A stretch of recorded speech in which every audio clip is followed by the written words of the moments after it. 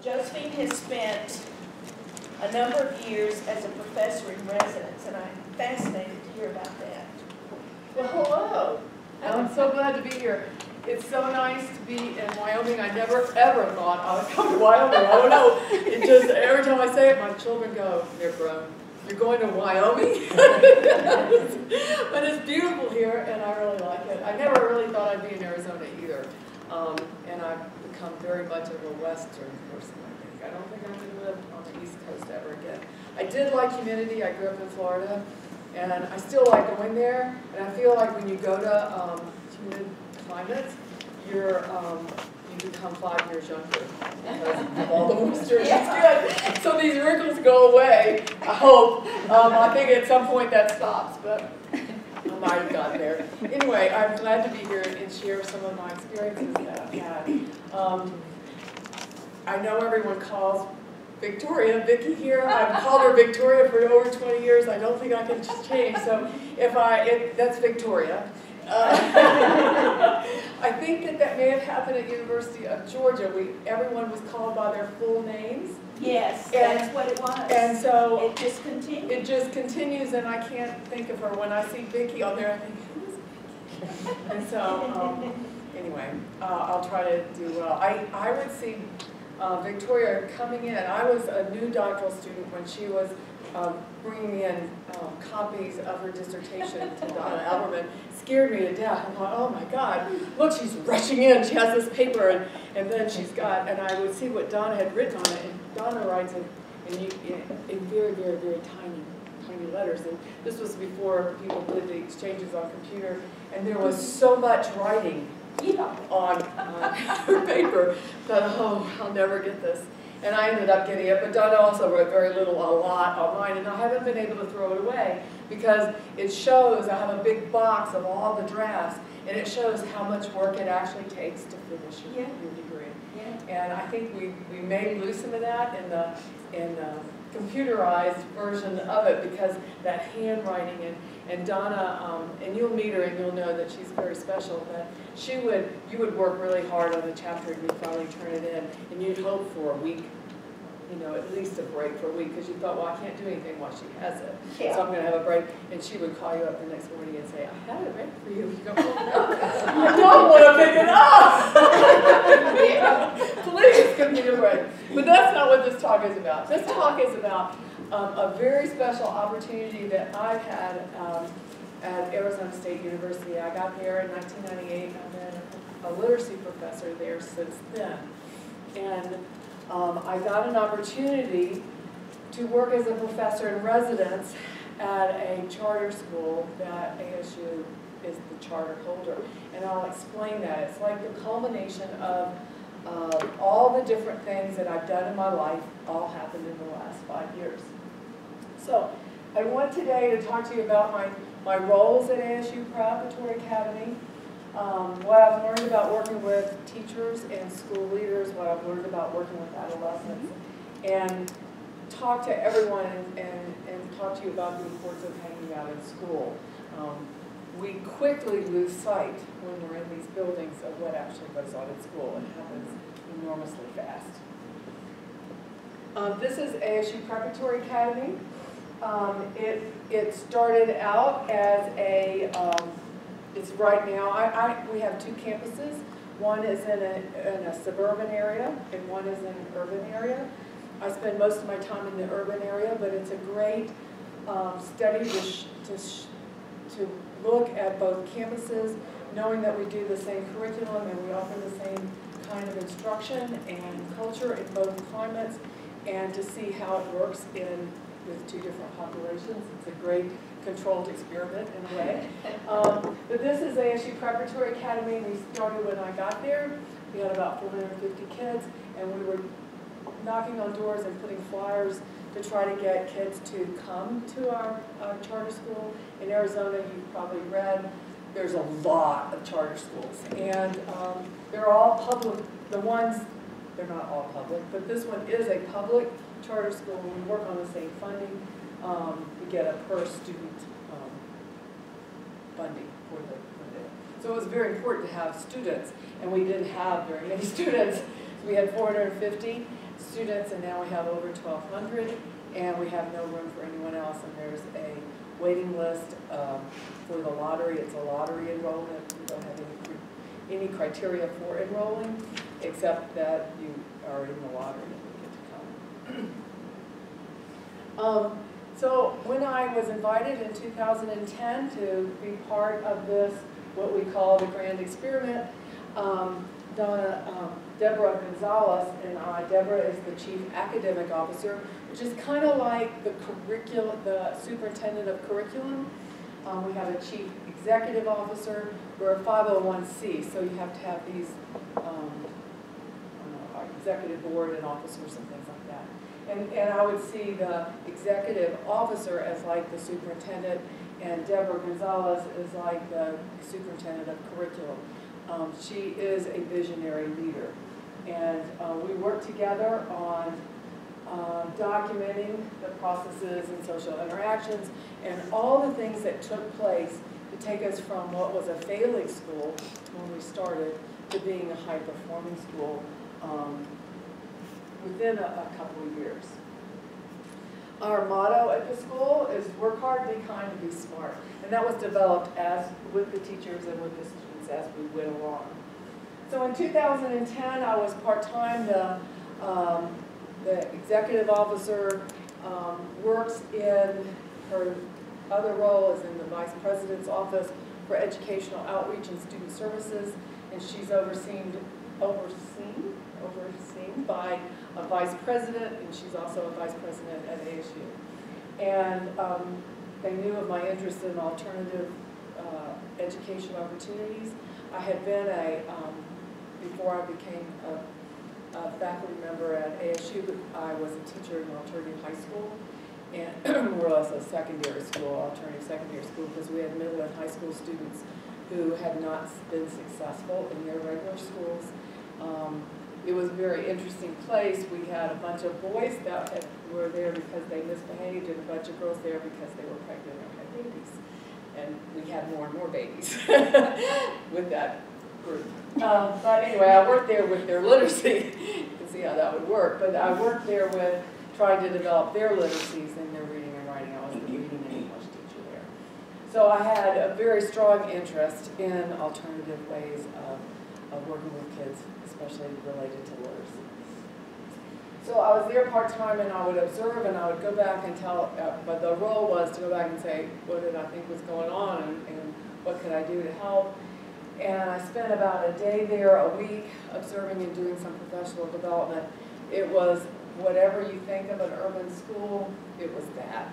It was really, the teachers were caring to the point where they were caring so much that they would rather talk to the students as opposed to teaching them and holding them to high standards. So it allowed them to not do a whole lot of rigorous work, or any work, quite frankly. So in 2011, this new team of administrators, the leaders, and Deborah Gonzalez was one of those, came in with the notion that we were going to, it was a kindergarten through 8th grade, we were going to eventually become a kindergarten through 12th grade. And along the line, we added preschool also. And it would be a very rigorous school. It would be a college preparatory academy. Our goal was that all students would graduate from college, not get to college, but graduate from college, and that they would be contributing members of their communities, and they would be able to compete in a global society. And that was the mission and the vision for the school. The kids there were urban kids. They hadn't had much, like I told you, they were not expected to do much. And so what kind of support, my role this first year in 2011 is to help figure out what kind of support did they need in order to do the rigorous curriculum that we wanted. And I was mostly focused on the secondary students. Eventually ended up more with everyone, but at that point was what could we do to support these kids in this rigorous curriculum. What we adopted was the Cambridge curriculum. It's an international curriculum from the University of Cambridge. It's in status, it's really above the International Baccalaureate or AP. It's really very difficult. It's difficult because there's a lot of reading, writing, and critical literacy involved in that. When they're doing, say, they have exams, there's no curriculum guide that says you have to do this, this, and this. They have aims that say you need to be able to read critically, collaborate information in order to come up with, to support a thesis and things, really high-level skills. A lot of these kids come from families where their families were immigrants from Mexico, where they didn't have any experience in school. A lot of families went to 3rd grade, maybe 4th grade. They didn't have English always spoken in their homes, so their English reading was not very high. So they were very, very low readers and writers. So we developed, one of the things we developed was a class called Research and Writing.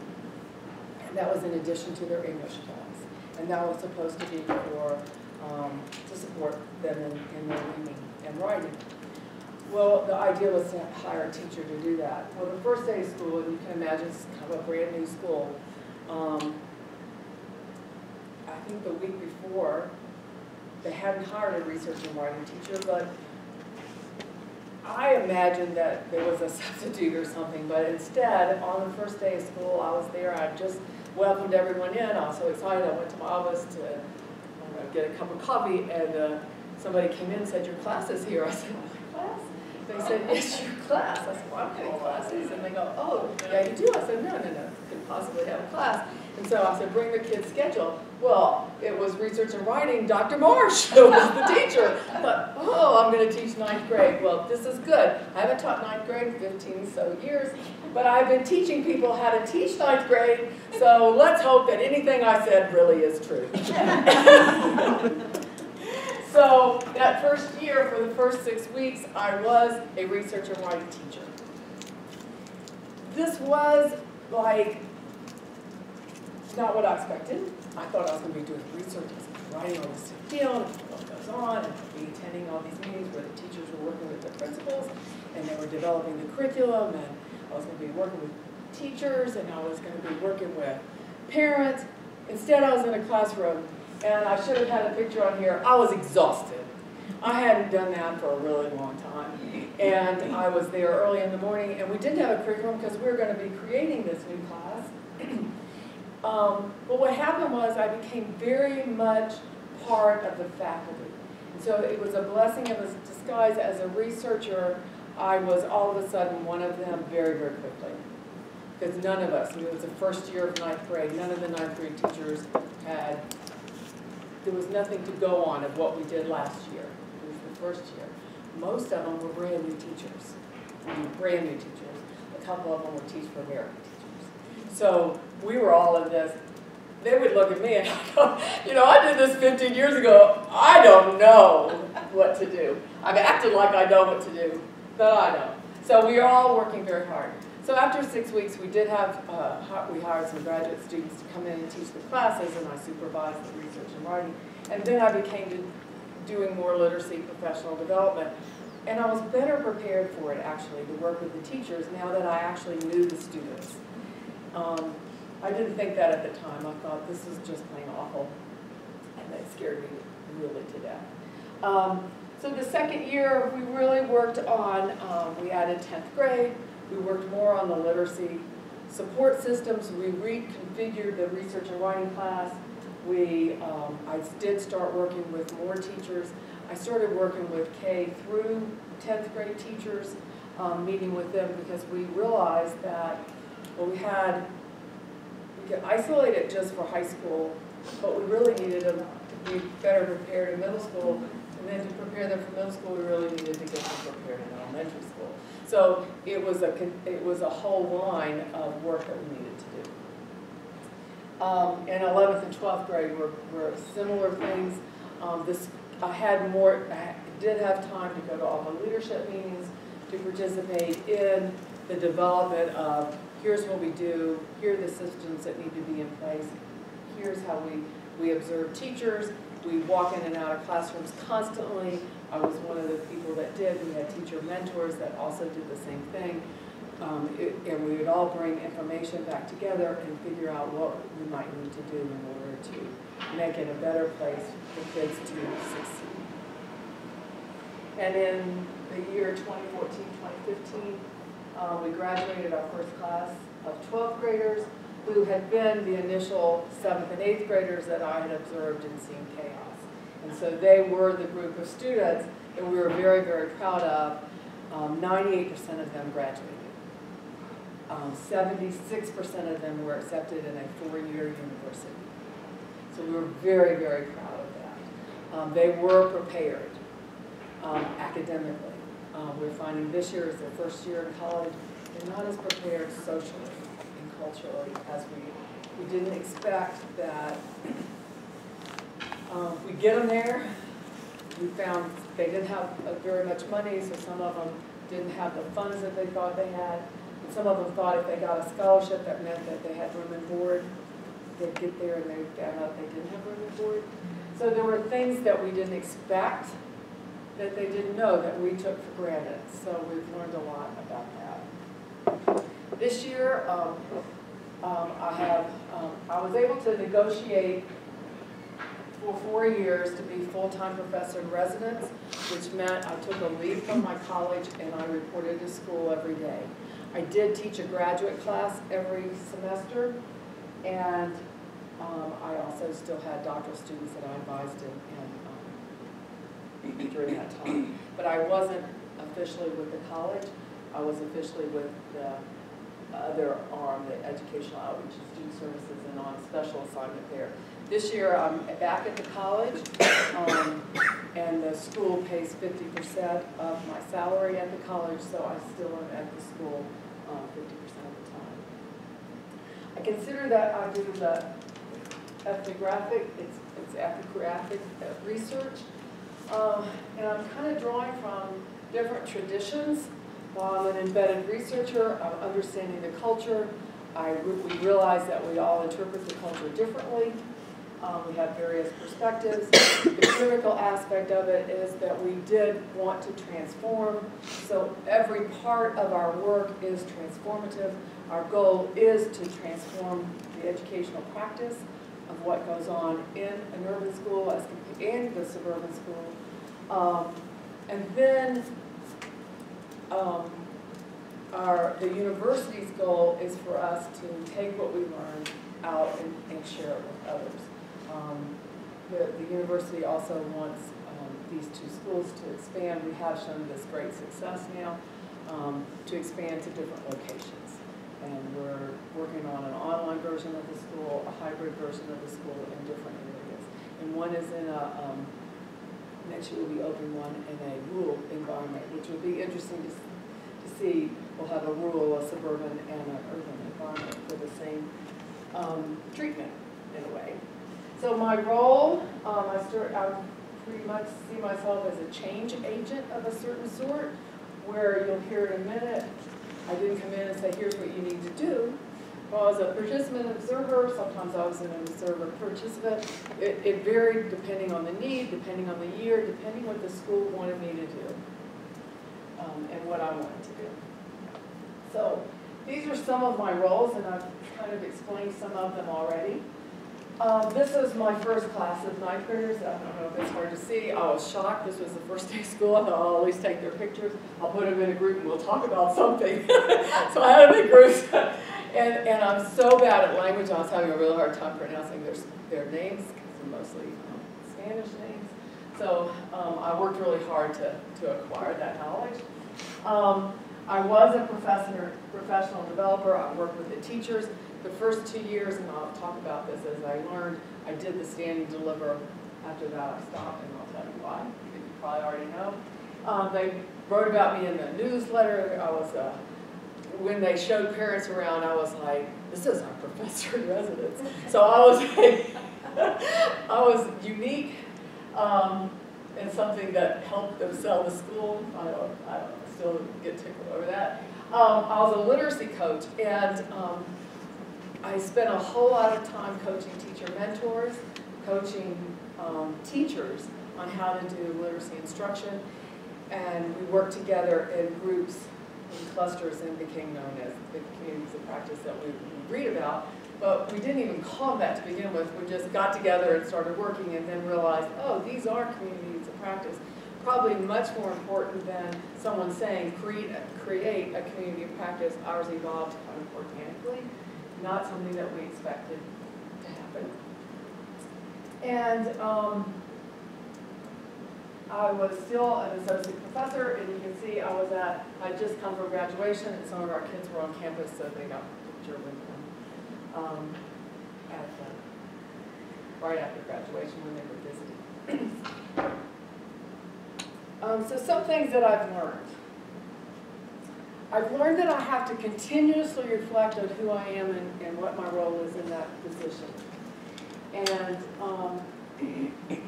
this was really important because sometimes I felt, oh, they're not using me right. I don't know what they thought they needed to use me as, but like when I was a teacher, I thought, this isn't what I'm really best at. They should be using me in a different way. But I didn't come in and say, you need to do this with me. This is what my role is. And because of that, I think I've been able to be there for 5 years. They wouldn't say, we'll keep funding you to come here if I wasn't contributing. They didn't see me as an important part of their process. So I had to continually reflect on, where do I say, don't do that, I don't like that. Where do I say, why would you do that? And try to listen to why the teachers and the leaders want to do that and work together with them. I had to sometimes think about, is it more important to take field notes or is it more important to contribute? Is it more important to work with this group of high school kids that want to be peer writing coaches and work with their peers or their elementary counterparts? Or is it more important for me to go back and write an article? Is it more important to get kids to observe in classrooms and see and be excited because we've all been talking about how important it is to read and how sustained silent reading, and then walk through classrooms and see kids doing that. So it's a constant reflection of what my role was and prioritizing what I was supposed to do and untangling all of that. I seem to always choose the more action-oriented option. And so next year I need to, I'm hoping for a sabbatical where I spend time writing about what I've done. Because part of my goal is to spread the word. I think there's a whole lot of important things that I've learned about transforming schools, but also with working with schools. I had opportunities to, I think I'm getting ahead of myself. I'm not looking at my notes, so.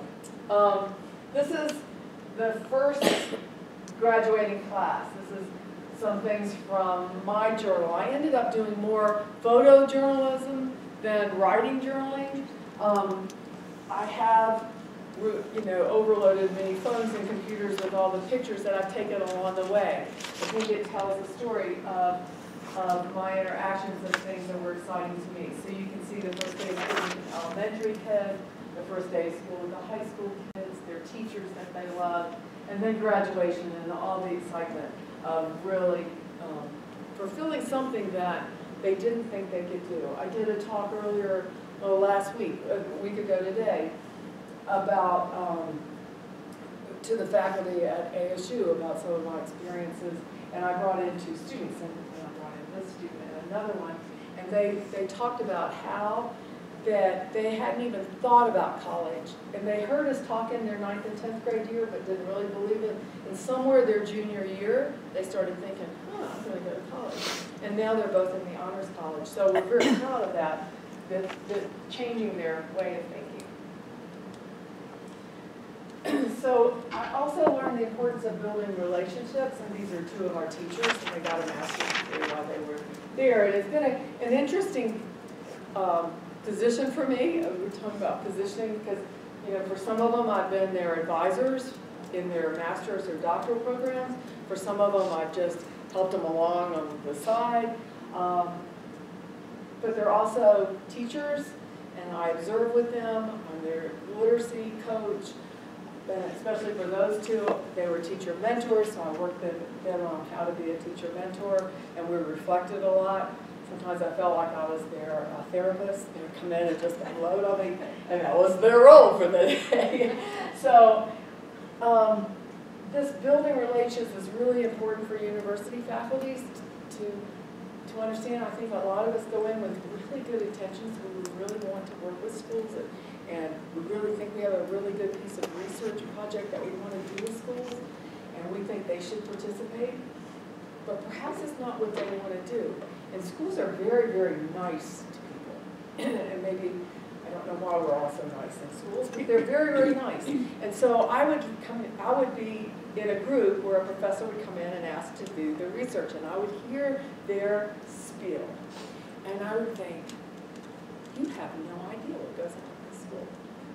Why do you think they would want to do this? You haven't done your homework, you don't have a clue if they need this or not. And they would all be very, very polite. And then when they left, it was not polite at all. What did they do when I leave?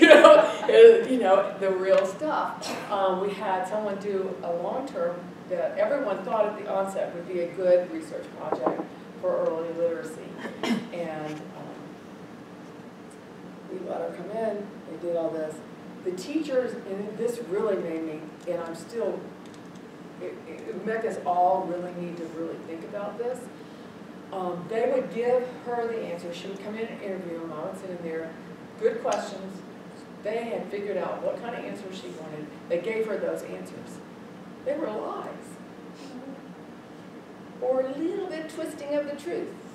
And to help support her research. And it really made me wonder, how often does that happen? Because teachers are nice. How much are they giving us the answer that they think we want to hear? I know it's scary. I don't know if that happens all the time. I think if you have that relationship, they didn't tell me, you know, I think at the beginning they may have told some nice things, but toward the end, I'm hearing things I don't want to hear.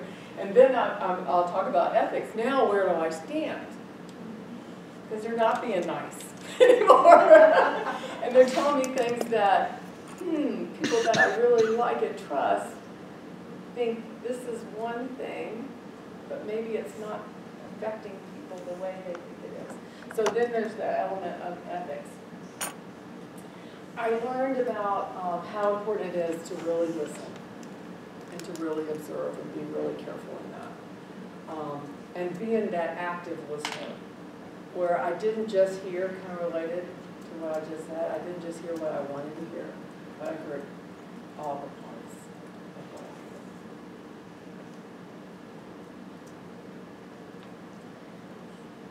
heard. This picture doesn't actually go with the with the slide, but I love this picture and it filled up my space. It's really important to contribute to the conversations. I was often tempted just to listen. And I did a lot of listening. But at some point, you need to exert we do have expertise. We do have life experiences. We are part of that group. So to contribute also, but not in an overbearing way. I mean, I remember the first year we had made all the classes heterogeneous and really truly believed that heterogeneous classrooms was the way to go. But as we did so many observations and teachers were talking, you could see that there were some kids that really needed to go. And there were some kids that really needed more support. So were we really fair in doing heterogeneous classrooms? So we had this agonizing debate, and I was originally just staunch. No, we can't do it, we can't do it. We have to see if this works. You know, trying to do this rigorous curriculum and having everyone in the same class. And it ended up, we kind of figured out a way to have one class that was moving faster and had a different pathway, but the other classes, say we had 3 in a cohort, say, I'm just making it up. So one would be a high class and the other 2 would be multi-leveled. Both had the same exit criteria, but both had different pathways to get to that exit criteria. So we didn't lessen the expectation, but we provided more support and gave them more opportunities to succeed. So by having that hard conversation over the time and adjusting as we went, we were able to find something that seemed to work. This is a picture of this. The great thing about a K-12 school is that older kids can mentor younger kids. And actually, younger kids mentor the older kids too. And so this was, there were e-pals, so we had them set up with older kids are on the upstairs of the school and the younger kids are on the downstairs. So they didn't really know each other throughout the whole year. And they were reading the same books and talking to each other about those books over email. And then this was the last day when they got to meet each other. And we had ice cream for them. So they were very proud of that. I learned the importance of having that common vision and mission and having a visionary leader that kept us on that. Deborah kept us focused. You know, you're in a school or you're doing research and something seems really, really exciting, and so you move that direction. But you forget your focus. You lose your focus. It's so easy because we're all very interested in so many things. Now this doesn't line up. The numbers don't line up exactly right, but I can explain some of them. In Arizona, we have we have a crazy legislature. We don't have this anymore, and it's probably a good thing. We have nothing at the moment. No required test. Went from required test to none in one legislature said. We didn't even know we weren't going to give the test until we weren't going to give the test. So, messes up long-term research, though. I'll tell you, I really wanted 2014 and 2015, even though I don't like them. It was showing some growth. This was the year that I was observing. These were the number of kids, the percent of kids that met or exceeded the standards in Arizona. And you can see that, I'm going to point out the 7th grade group, that only 63% of the kids met or exceeded the standards, compared to the state where 77% of them. Okay, the 9th grade group, 90% of them met or exceeded them. So in the 2 years that we were transforming what we were doing, the kids really, really grew. So that's one cohort of kids. And you can see this 3rd grade group, they started out and 34% of them met or exceeded, then 54, then 75, then 87. So we saw continued growth with what we were doing. The same population. Because once they got in to this charter school, they stayed. The families felt welcome. The kids felt welcome. They were challenged. They were all on a college-going pathway, even starting in 3rd grade. We were talking about their success. Now this is with, there's a Title I schools. Over, I think it's 80% of our kids live in poverty, and about, I think it's 69% are Hispanic, 21% are white, then there's Asian, African American, and Native American. I also learned, and I saw that you all are having a just-in-time ELL professional development. So I also learned that just-in-time professional development is much more powerful than stand and deliver. I'm finished at 10:45, right? Okay. So I learned that it's very important to be, by hanging out in school, we're there where we're needed. I did probably more professional development walking down the hallway between classes, meeting with kids or the teachers informally, formally. One of the structures of the school that was very, very brilliant is every teacher has about 90 minutes of planning built into their day. And so they've clustered groups that have common planning periods, and this facilitates a whole lot of work together. So the structure actually helps, but also I think some of the most important things happened in between classes, or early in the morning. I found out, that's another thing I found out, going to school every day, you got to get up really early. And the important stuff happens before school. So you had to be there. So those are the times that the professional development worked. Much better than when I did my stand and deliver. I have long stories about that. I also thought that I was doing this big umbrella project, which is research in the ethnography of the school, but also these, what we're calling real-time research, actually informed their practice immediately. So we did, I collaborated with teachers and administrators on inquiry projects that happened right when they were needed. We didn't want to make huge changes to things without actually doing some systematic study of what should happen and what shouldn't happen. And I wanted to understand some of the roles of like a literacy coach. What was that? Because I was all of a sudden being a literacy coach to elementary teachers. And I hadn't worked with elementary teachers a really long time. So what did it mean for me to coach them? And so I worked with two doctoral students who observed and were part literacy coach with me in their assistantship. And we learned about all the dimensions of being a literacy coach. And that informed how I have behaved since then, some of that knowledge.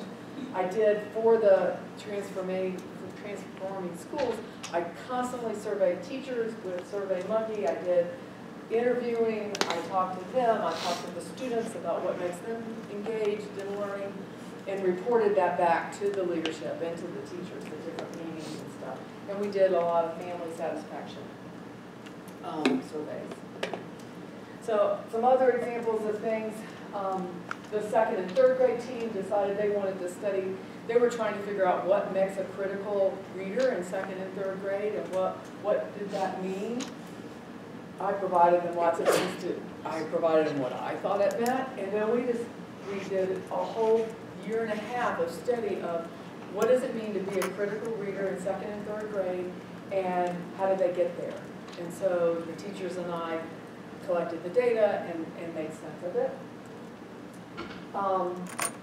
This was interesting. I got a review. This is like a paper I guess the Tesseract one is a paper that will not get accepted in any journal. I keep sending it off, and it keeps coming back.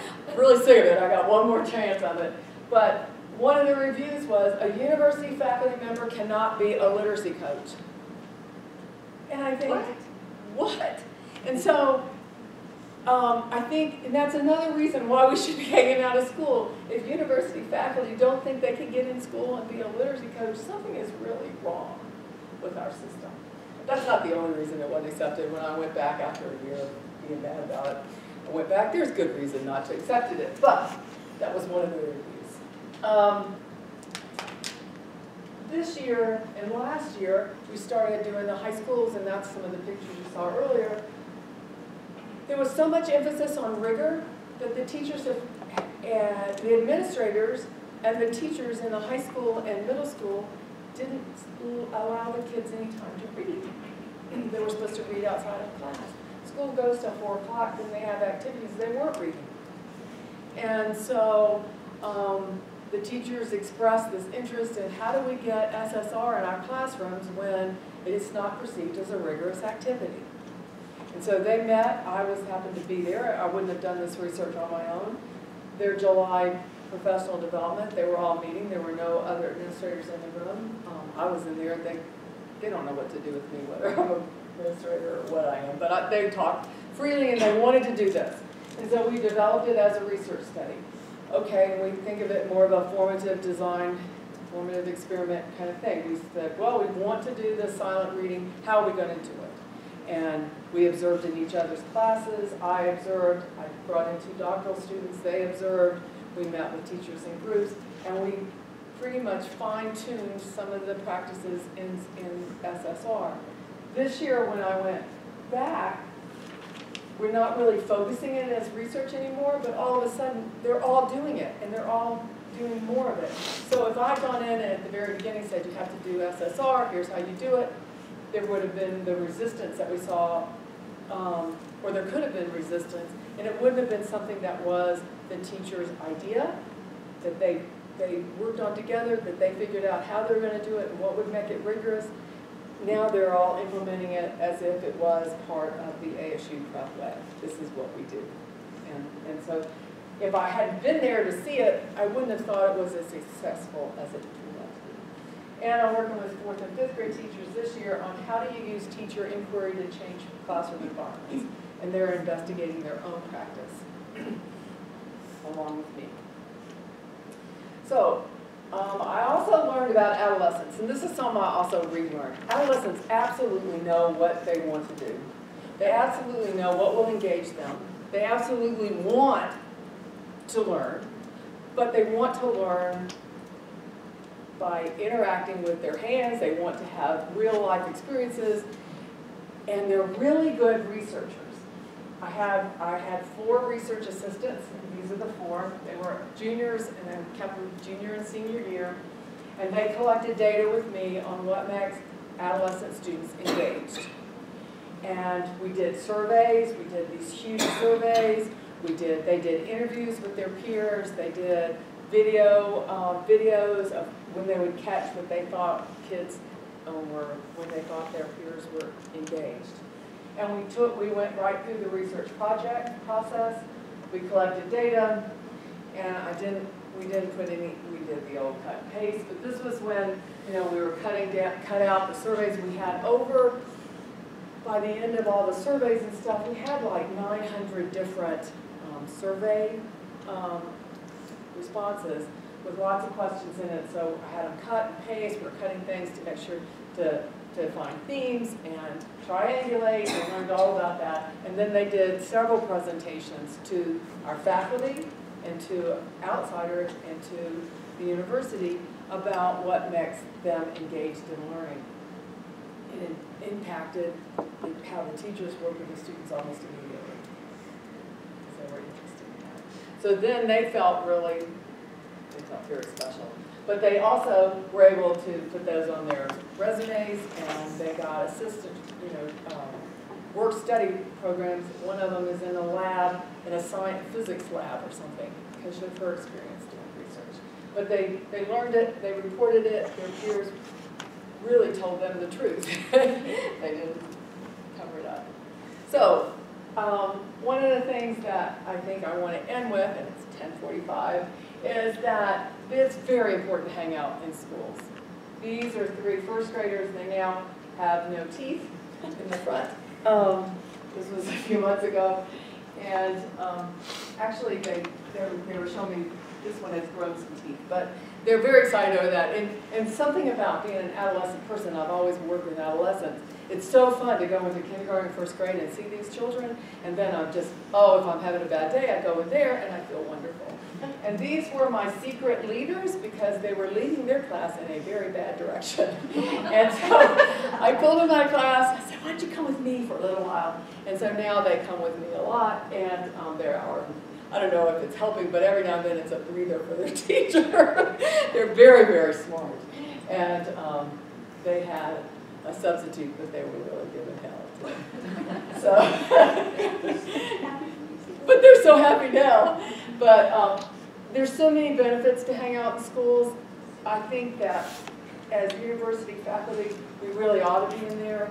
I would like to figure out a way to incorporate that into all doctoral programs, like a professor in residence assistantship, where you get into schools and you understand it's different than being a teacher in the school. It's not the same. We all think it's the same, but it's not. You're an outsider, but you want to be an insider, and you think because you've been a teacher, you're automatically accepted, but you're accepted on a different level or a different way. And I think that being in the door and getting to know the kids and the teachers really gives us more credibility. It really helped me in my teaching. I teach 2 classes during this time. One was a literacy leadership class to master's student, and I just had all sorts of examples. It was like I was a working factory. It was great. And I also teach a practicum and assessment and instruction course. It's like a reading clinic down there, only I brought it to ASU Prep so that it's after school. We get kids from the school that are having reading literacy difficulties, and the master's students do their work, and they practice what they've learned in the courses that we teach at the school. So it's all after school. Because I'm a professor in residence, they trust me it's okay for you to teach your ASU class there, kind of related to ASU, so it all makes sense. Then we can teach it there, we can have the kids that are struggling there, so it's a nice combination. And they're 2nd and 3rd grade students, and probably 4 years ago when I first started this, I had the clinic background, but it was really old. And so this has given me, I can see what teachers are doing in the school It informs what I think current remedial, I don't know if that's exactly the right word, but remedial practices and helping them learn to teach reading better. Both of those two, the course gets me to read the research and inform what I know, and vice versa. So it's like a wonderful marriage to be in the school and be on the in and also be afterwards. So that's what I've learned, and it's been a great ride so far. And I think that the next step is to try to figure out how do you get those kinds of programs into doctoral work so we know how to work with schools. So thank you very much for your attention.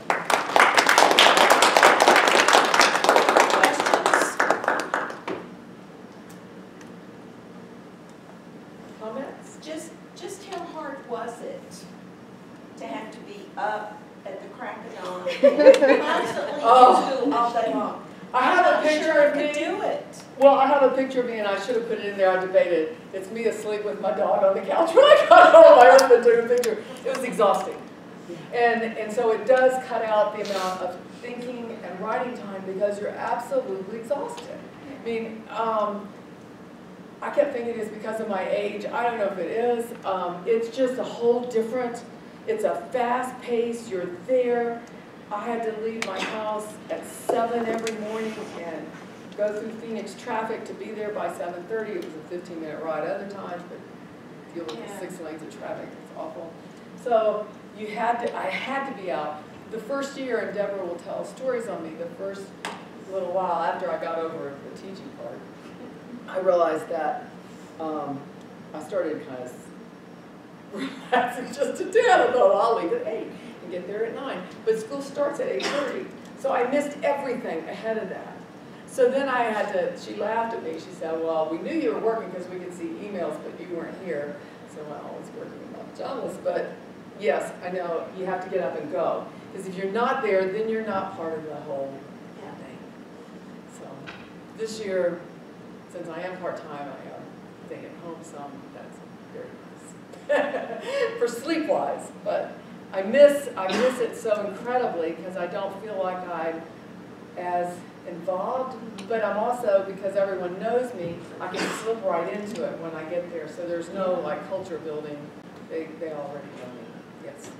Can you say something about the role of the parents, and did you see a change in parent involvement with that oldest group and then through the years? Our parents have to sign that they're going to volunteer. There's no punishment if they don't. But they take it very seriously. The one semester, I think it was 2014, I just decided to find out, it's in my notes, but I have other ones. We had 4,200 hours of parent volunteers in one semester. So parents are really volunteering. They're there, they're interacting, they're after school, they're before school. We developed our elementary director. There's 2 directors, a secondary director and an elementary director. And the elementary director is bilingual. In fact, English is her second language. And she thought of this program, and it's been just very successful, where the teachers are being taught Spanish by the parents. Oh, wow. And the parents are learning English from the teachers, but it brings the parents in as experts. And so they meet twice a week after school. It's awesome. And they're so proud. Yeah. And those parents now are speaking about the school. It's all in the neighborhood. And so then they're bringing in more. We now have an after-school, I don't know how, I keep meaning to ask how they got this done, but because we're Title I and we got free and reduced lunch, we also have the ability to do dinner. So now we have family dinners. So some of the kids stay for dinner, and their parents can eat dinner with them. Their parents can eat breakfast with them, too. So I don't know, there's not that many parents in the morning, but I hear that they come to pick up their kids for after-school tutoring or sporting events. They can stay and eat some dinner. So that helps with the parents. It's not like a requirement. I know at the alternative school, we used to have parent meetings and we'd bribe them with dinner. It's not about bribing them with dinner. You know, it's part of the culture of please come in, and they can sign in to school. There's no rules about when they come. If they don't feel like working in classrooms, they can make copies. you know, we provide whatever we can. It's a good question. Yes, that was really impressive, because it sounds like this is really the new values in the lives of teachers and kids. I want to have a question about your students as researchers. How did that happen? How did that play out? That was fascinating. Oh, it was the best. Well, I thought, well, the juniors and seniors are supposed to have an apprenticeship.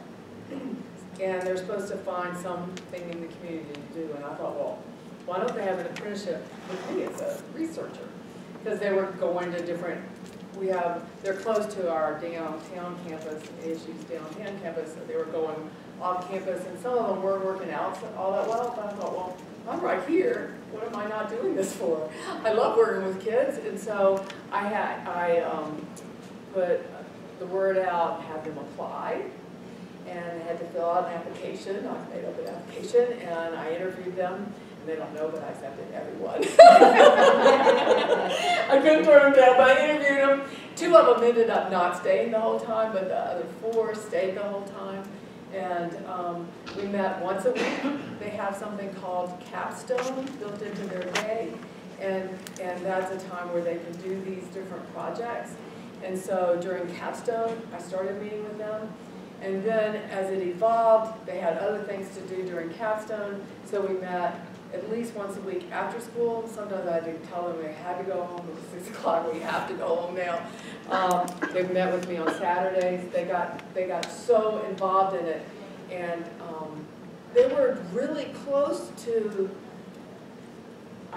they didn't read as deeply, they didn't have the depth of theoretical knowledge that a doctoral student research assistant would have, but they had the commitment of a doctoral student researcher. And so now them I couldn't pay, but they wanted Pizza Hut or Wings or something. There was food there because they were working hard, but not all the time. But I also gave them, my office was, and it's, what literacy person wouldn't want an office in the library? So I have an office in the library, and I had a refrigerator and a microwave, and I kept food in there for them. So if they didn't have their lunch, they could get something in there if they just needed food. So they had, and I gave them a little corner that was their offices. Because I said research assistants always have an office. So I gave them some space. And they decorated it with college stuff. And it was their office. So trying to make it as a special role. I think I'd like to do more of that. I haven't done it this year. I have a group that I'm interested in working with, but I thought I really need to write some of this up. You know, at some point you got to stop collecting data. Yeah, so I don't know, but they are very, very bright, and I think more adolescents. The next step of that, I'd really like to see adolescents going into the elementary school and interviewing those kids and finding out some engagement or whatever the subject is.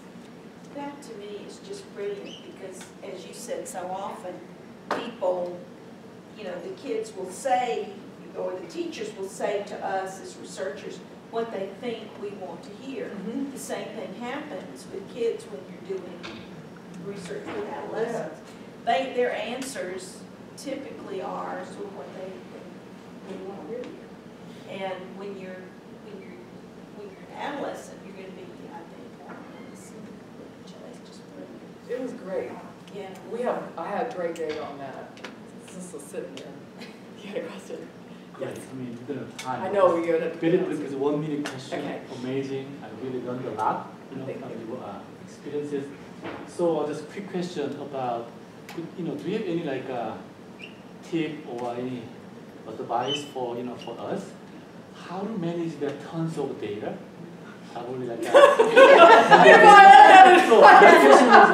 I would be doing it. No. Circle, like a cycle of that, data. I don't know. I let it get out of hand. My first year, I can go back and I have it all nice in files, and it's all organized. That's what you should do. I didn't do that from then on out.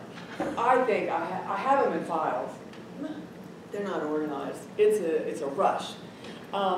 I think if I had done what I set out to do, is write a reflection every day before I left.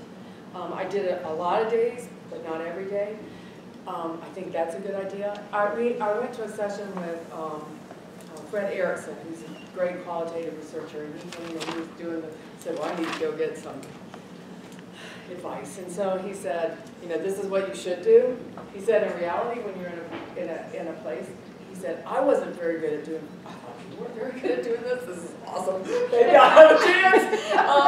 I wasn't very good, because once you get in the system, you get in it, you're involved in it, and you're part of the environment, and you don't do what you know you should be doing. I mean, every day when I'd go home, I think I should be writing this down. What I should do is should have taken my phone and talked into it. And I think that's what there's some app box or something where you could actually take those notes, and I think that's what I should have done, because I was stuck in traffic. I was sitting there. I called my mother, and she was happy, because I haven't been calling her very regularly, but I was stuck in traffic. But I should have been doing my notes then. So hindsight's 20/20, right? Now I need time. I don't know. I don't even know how to get it. I don't know if I mean, I know what the book says. I know that's not what it did, so now